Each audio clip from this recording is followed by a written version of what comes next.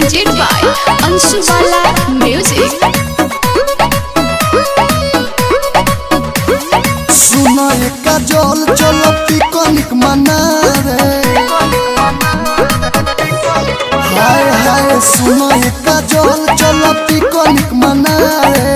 ना जान तारा संगे लगो पिया रे, ना हो तारा संगे हम ना जाए लगो पिया रे। सुनो एका जल चलो पिकनिक मनावे, ना हो हम ना जाए। हाँ हाँ सुनो एका जल चलो पिकनिक मनावे।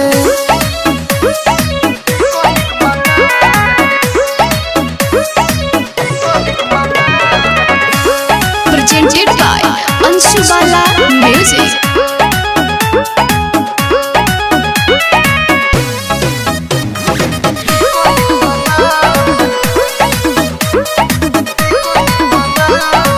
नया साल हवे चहला संगे तोहरो जियरा जुड़ा जाई हो।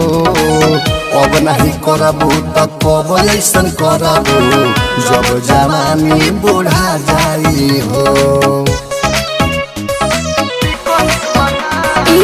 बानी कुंवारे अभी लागता डर, आदमी तू हो बेकार हवा हो। जहाँ कहबा तही हम चल दे, हमार तू का भतार हवा हो। भाई हमर जान जाए लागे गरिया रे, अरे भाई हमर जान जाए लागे गरिया रे। सुना एका जल चल पिकनिक मनावे,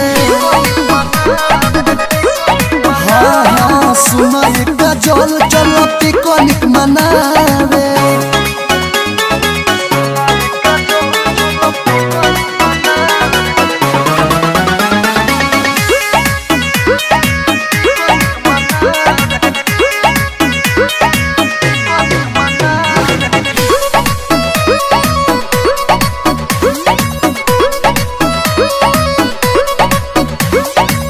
डीजे बधाइल बावे नंबर 1, बात मानो चल संगे धन।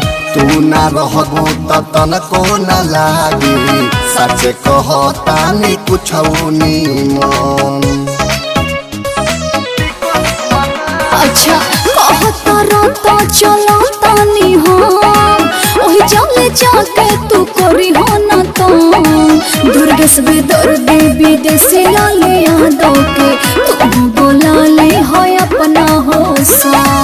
चुपे चुपे चल के हो जाने ना पावे, ए हो चुपे चुपे चल के हो जाने ना पावे। सुना एका जल चल पिकनिक मनावे, आए हाय सुना एका जल चल पिकनिक मनावे। Presented by Anshubala Music।